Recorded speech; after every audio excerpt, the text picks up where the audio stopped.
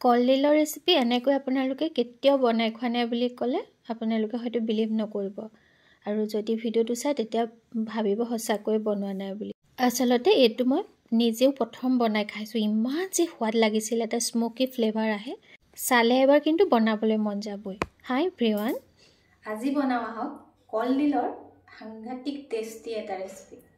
আৰু এয়া কলডিল লৈ লৈছোঁ, অৱশ্যে কলডিলটিৰ ওপৰ অংশখিনি মই ইউজ কৰিলোঁ, খালোঁ, এইখিনি কোমলীয়া অংশ, আৰু এই ৰেচিপিটোৰ কাৰণে কোমলীয়া অংশখিনি বেছি ভাল। আৰু একেবাৰে চিম্পল, আপোনালোকৰ দেখিলে বনাব নালাগিব। কিন্তু আহকচোন চাওঁ মই কেনেকৈ বনাইছোঁ ৰেচিপিটো। এতিয়া প্ৰথমতে এইখন এনেকুৱা থাকে আজিকালি মানুহৰ ঘৰত, নহয়নে? এনেকুৱা ঝালনা হ'লে ভাল, যিহেতু আমি জুই ব্যৱহাৰ কৰিব নোৱাৰোঁ, আমাৰ নাই। যিসকলৰ জুই আছে বিৰাট ভাল, আৰু নোহোৱাসকলে এনেকুৱা ঝালনা এখন ব্যৱহাৰ কৰিব, তেতিয়া গেছত পুৰিবলৈও সুবিধা হ'ব। মই এতিয়া কলডিলটো পুৰিবৰ কাৰণে এইখন ব্যৱহাৰ কৰিম। এতিয়া গেছটো অন কৰি লৈ এই ঝালনিখন ইয়াতে দি দিছোঁ, আৰু এয়া কলডিল লৈ লৈছোঁ। কলডিলটো আকৌ যেনেকৈ আমি পুৰাৰ আগত যে যিকোনো বেঙেনা চেঙেনাত এনেকৈ অকণমান ছেট কৰি দিওঁ নহয়, তেনেকৈ কৰি দিলে ভাল হয়, কাৰণ কলডিলটো একেবাৰে খাজ খাই থাকে নহয়নে? আৰু এতিয়া ইয়াৰ ওপৰত দি দিম। আৰু প্ৰথমতে জুই ফ্লেমটো হাই কৰি থোৱা আছিলে, চালনীখন অকণমান গৰম কৰিবলৈ, আৰু এতিয়া লাহেকৈ অকণমান কমাই দিম, আৰু এনেকৈ দেখিছেনে লুটিয়াই চাৰিও চাইডে এনেকৈ পুৰিব লাগিব। বাৰু সেয়া হৈ থাকিব, তাৰ আগতে এয়া মাংস অকণমান লৈ লৈছোঁ, বনলেছ, বন থকা যি নহওক আৰু, মানে হাড় থকা নথকা লৈ ল'ব লাগে। লগতে নিমখ হালধি অকণ দিছোঁ, দি এয়া হ'ল নেমু দি ধুনীয়াকৈ মেৰিনেট কৰি ল'ম। আৰু এইখিনি কৰিবই লাগিব মাংসখিনিত।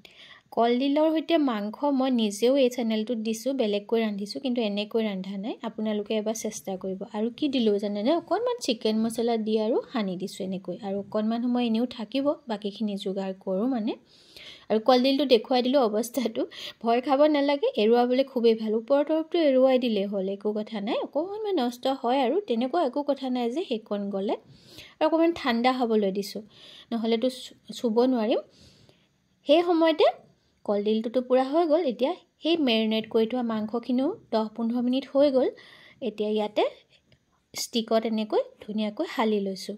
আপোনালোকে যদি ষ্টিক কেইডাল বিচাৰে অনলাইনত ল'ব পাৰিব, মই লিংকটো দি দিম বাৰু, মোৰ ডেছক্ৰিপশ্যনতো পাই যাব, আৰু ওপৰত পপ আপ হৈ থাকিব, তাৰ পৰা কিনিব পাৰিব।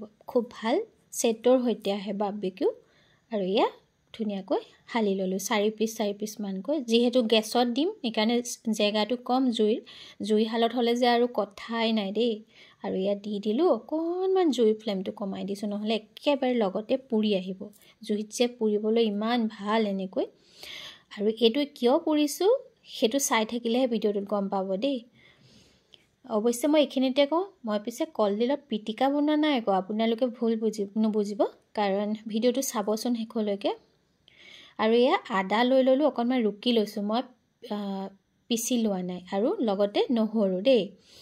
আৰু সেই একে সময়তে আমি গৃহিণীয়ে কিমান যে কৰিব লাগে নহয়নে? এফালে কাটা কুটা, আনফালে আকৌ লৰোৱা, একেলগতে সকলোখিনি চলি থাকে। আৰু এইফালে মাংসখিনি অকণ লৰাই দিছোঁ, নহ'লে একেবাৰে পুৰি যাব এটা ছাইড।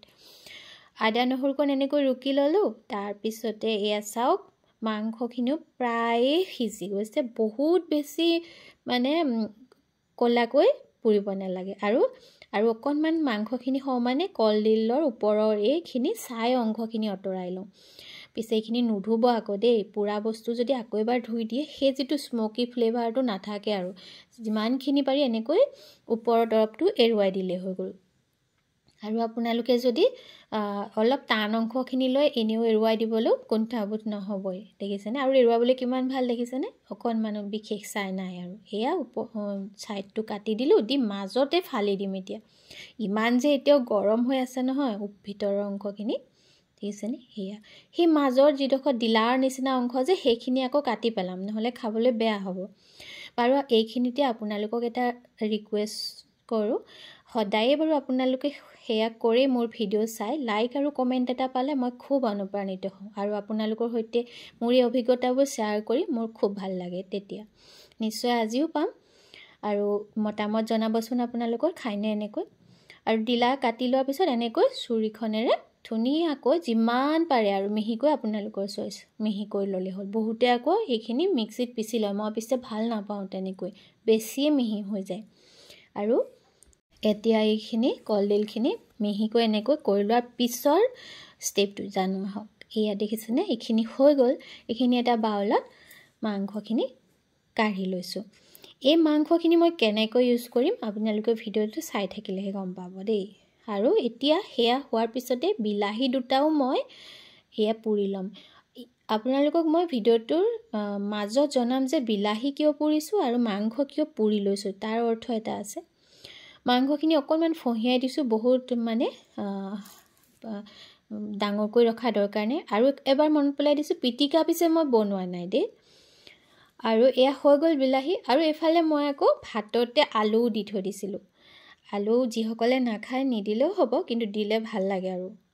আৰু এতিয়া কেৰাহী এখনত তেল দি তাতে পিঁয়াজ কাটি লোৱা দিলোঁ, কেঁচা জলকীয়া দিলোঁ, অকণমান কালজিৰা দি তাতে এয়া ৰুকি লোৱা আদা আৰু নহৰু দি তাতে নিমখ হালধি এই সকলোখিনি দি অকণমান ভাজিম। বহুত বেছি মুচমুচীয়াকৈ ভাজিব দৰকাৰ নাই। এয়া দেখিছেনে। তাৰপিছত এতিয়া সেয়া কলডিল পুৰি লোৱা কলডিল ইয়াতে দি দিম। আৰু মই কৈছিলোঁ নহয় বহুতে পিচি দিয়ে, তেতিয়া ভাবোঁ সেই ভাৱটো জানো ভাল নালাগে। মই পিচিও কিন্তু বনাই খাই পাইছোঁ। আৰু এইটো ৰেচিপি মই আগতে দিয়া নাই, আপোনালোকে নিশ্চয় এবাৰ বনাব দেই, মই অনুৰোধ কৰিছোঁ। ইমান ধুনীয়া এটা পুৰা গোন্ধ ওলাই নহয়। আৰু ঢাকি দিলোঁ। এতিয়া আকৌ সেই বিলাহীকেইটা যে পুৰি লৈছিলোঁ সেইকেইটা সেয়া এনেকৈ চুৰি এখনেৰে পিহি লৈছোঁ। আৰু মই এতিয়া জনাওঁ আপোনালোকক কিয় কৰিছোঁ সেয়া। বিলাহীও পুৰা কাৰণ হ'ল কেঁচাকৈ যদি আপোনালোকে দি প্ৰমাণ চাব পাৰে সেই সোৱাদটো কিন্তু নাপাব।